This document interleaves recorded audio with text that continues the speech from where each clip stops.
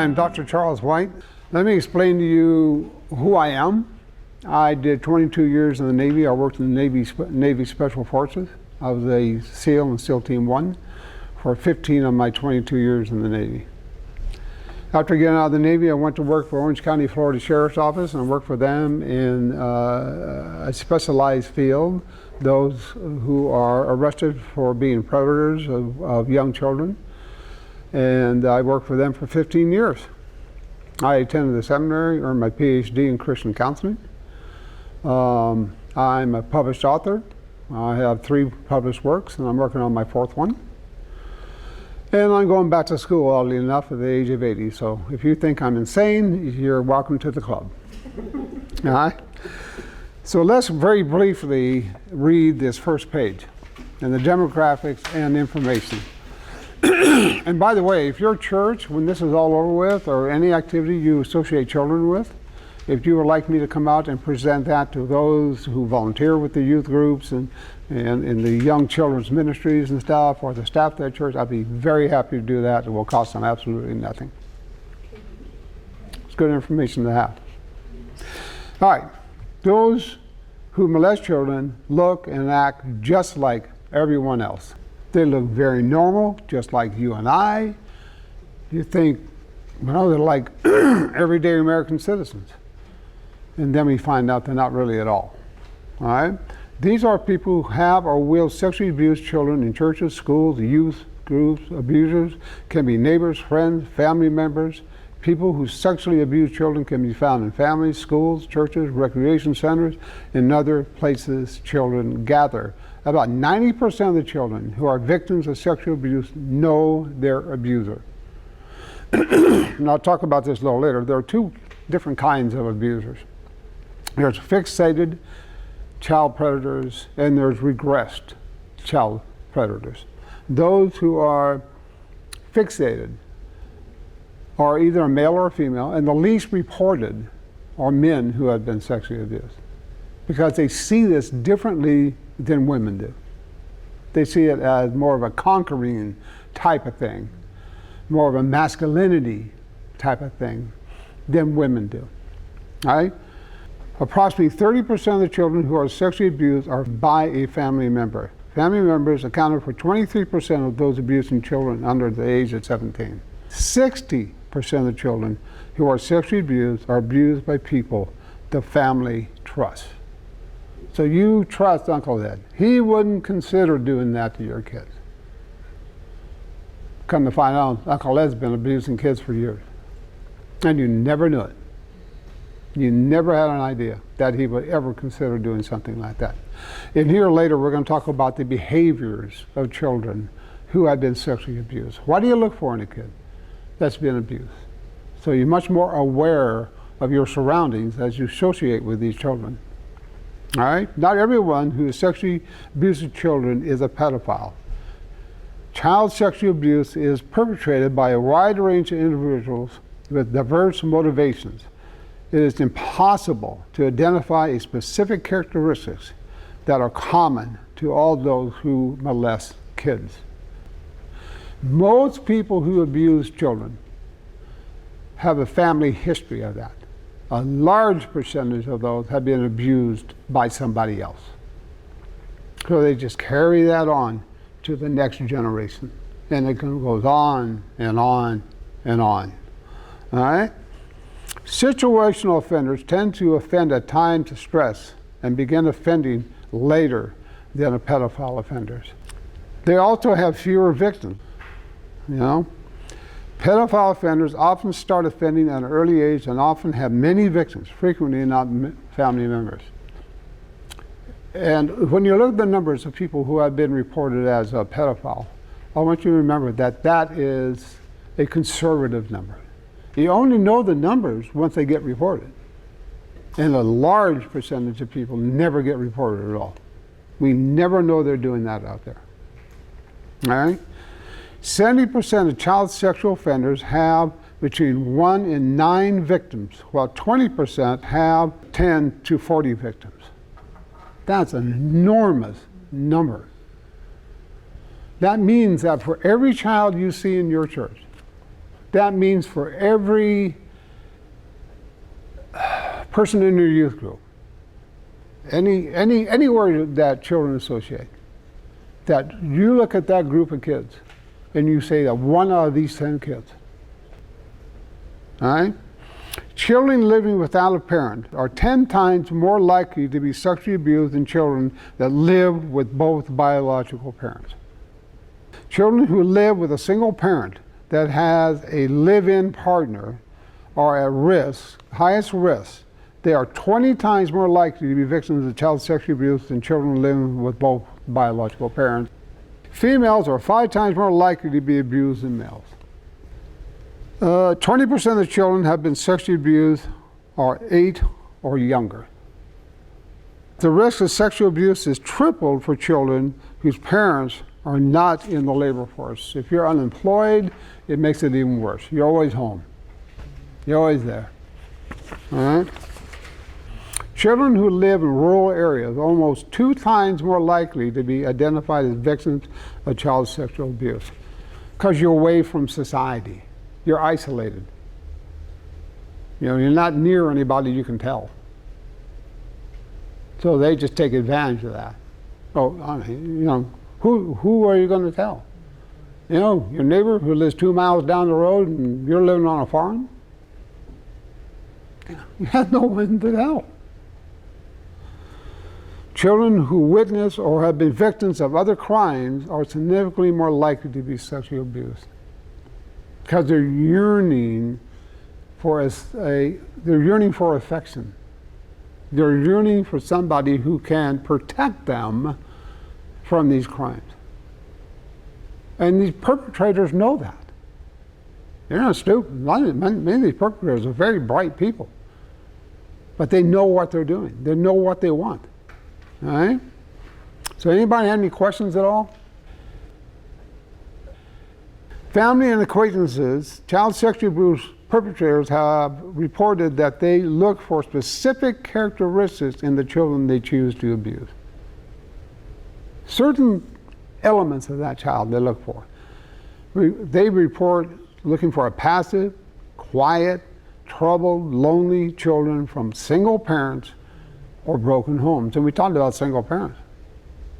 And when a family divorces, that's very traumatic for that child. In most cases, it's very traumatic for that child. Unless you can sit down and talk with somebody through, like a social worker or a psychologist or somebody else, they carry that along with them. So now they're looking for a substitute to replace that parent. And that perpetrator knows that. So become friends with her. You know, take you out for ice cream. I'll do all these things for you.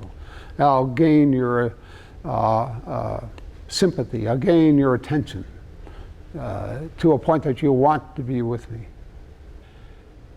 Perpetrators frequently seek out children who are particularly trusting.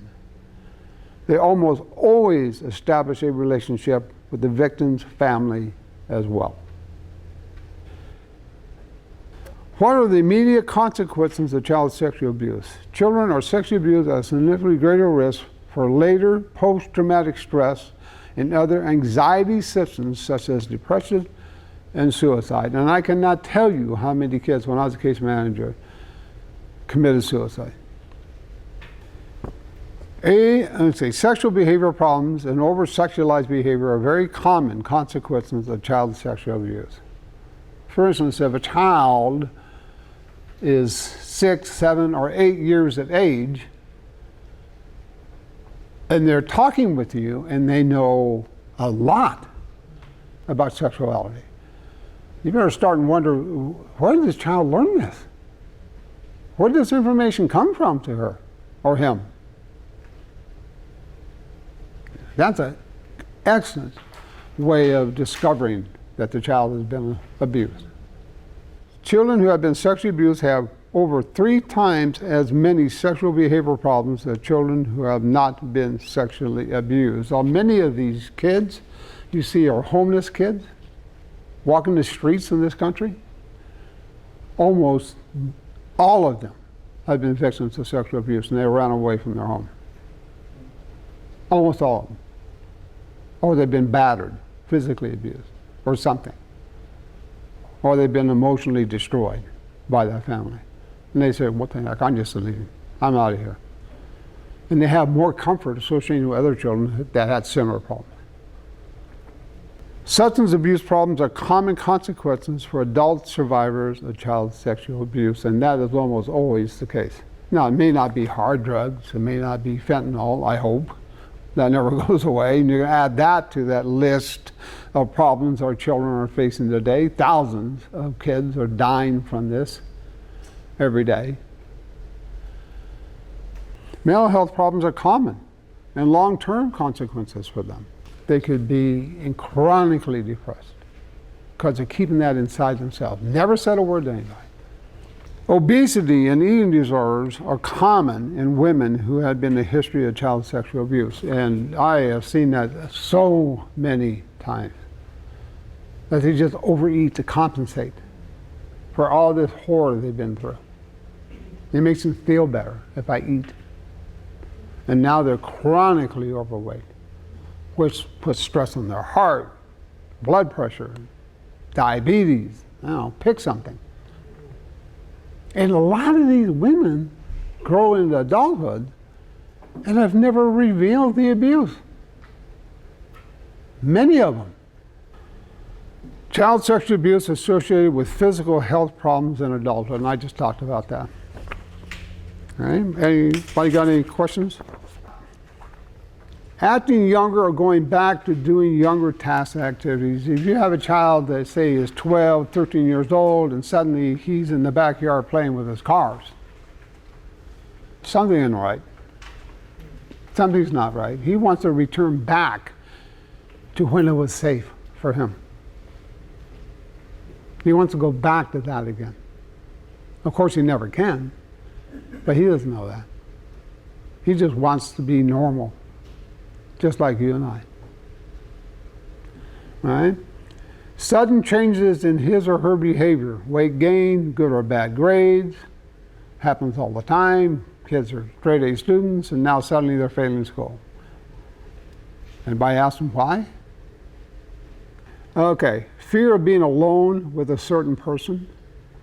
The child's at home with his stepfather, and mom's going out to shop, and the child says, Mom, I really, really, really need to go with you. Please take me to the store. Well, that's a little unusual. Has sudden, unexplained fears of certain places or kinds of people, such as all people with a particular feature or characteristics. Fear of being touched.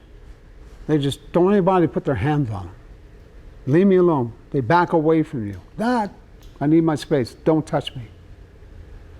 And when a child's very young, that's incredibly unusual. Most children very young are very warm and they like to be hugged and things like that. And a child doesn't like that. You gotta wonder why. All right? Changes in quality of school or grades. We already talked about that. Straight A student, now he's failing. Substance abuse. Johnny's 12 years old, and now suddenly he wants to smoke pot. Now, there could be a lot of reasons why that is. Could be his peers are smoking pot, could be any number of different reasons. But you need to explore the possibility that he's been a victim as well. Just eliminate that one off the top. Self-mutilation or careless behavior resulting in harm. They could cut themselves, hit themselves on the side of the head, do a lot of things. Frequent drawings that have sexual content. Sometimes if you want to discover what's going on in a child's family, you'll give them a sheet of paper and some crayons and things and ask them to draw a picture of their family. And when they do that, they show mom's here, kids are over here, and dad's over here. Now, why is dad over here? Unusual, persistent, or undevelopmentally appropriate questioning about human sexuality. They start asking you questions that even an adult would know. And this young child of 7 years of age are asking you those questions.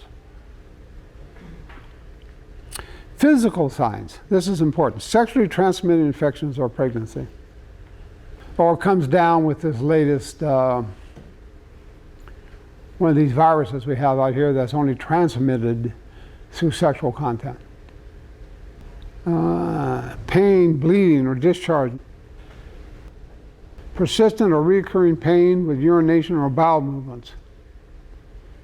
Very unusual for a young child. I mean, very young could have bowel movement problems. Nightmares, trouble sleeping, or fear of being alone at night. Changes in mood or personality. They get around certain people, the personality changes. They're very different. They become secluded, apart from others. That kind of thing. As you pay attention, you'll notice that if this happens frequently, I wonder why he's doing that. Sit down and have a talk with the child. It's going to hurt. You know? New or increased depression, aggression, or worry, or fearfulness. Increased depression. I cannot tell you how many of these kids that I had seen while a case manager were on some type of antidepressant medication. I mean, just about all of them. And many have been through 5, 6 different kinds. Just trying to find a way in their life to be normal. Just want to be a kid. And I will tell you, there's no child on this planet that does not deserve to be happy. They all do. Every one of them. Decrease in confidence or the way they feel about themselves. They just don't feel good about who they are. Their pride about themselves. None of that even works anymore for them. Losing interest in school, friends, hobbies, or other things they used to enjoy. They stay home all the time. Never go anywhere. Never see anybody. Never socialize with their friends. Never do any of those things. And it could be one of those friends, or in fact the perpetrator. All right? Could be, I'm saying. All right? Type of sexual offenders. Now that we understand some of the adverse effects of child sexual abuse, the question that needs to be answered is, who are these people? Who are they? How did they get to this point? Vast majority of them have been sexually abused as a child. They just carry that behavior with them. All right? A regress offender. This molester has a low self-esteem and poor coping strategies. He or she will turn to children when stressed. Repressed molesters often abuse their own children or coerce other child into sexual activity. Morally indiscriminate. This type of molester is categorized as without conscience and engages in other types of abuse as well as sexual abuse. He will target the weak and the vulnerable and the indiscriminate in the victim choice, abusing strangers and acquaintances. This person will abuse anybody, I don't care who you are. They'll conceal that. They'll never let you know that's true. But they'll abuse anybody they can put their hands on. And they're very, very dangerous people. The offender has been convicted or pleaded guilty to the sexual offense, has a prior sexual charge for which was convicted or pleaded guilty. So he's already been convicted of this crime, and now he goes out and does it again. Why? Because he didn't spend very long in jail. Right? He must check in the law enforcement on an annual basis for the next 20 years of his life. Making a referral. This is important. If you suspect your child is being sexually, physically, or emotionally abused, you call 1-800 hotline and report your suspicions to them. In every state in this country, if you report what you suspect a child being sexually abused, battered, emotionally challenged, or any of those, and they found out that didn't happen at all after they investigated, you cannot be sued for making a genuine referral. So don't ever be frightened about making one. They're very good about doing that. After an exhaustive investigation by Child Protective Service, a determination was made that your referral has been determined to be unsubstantiated.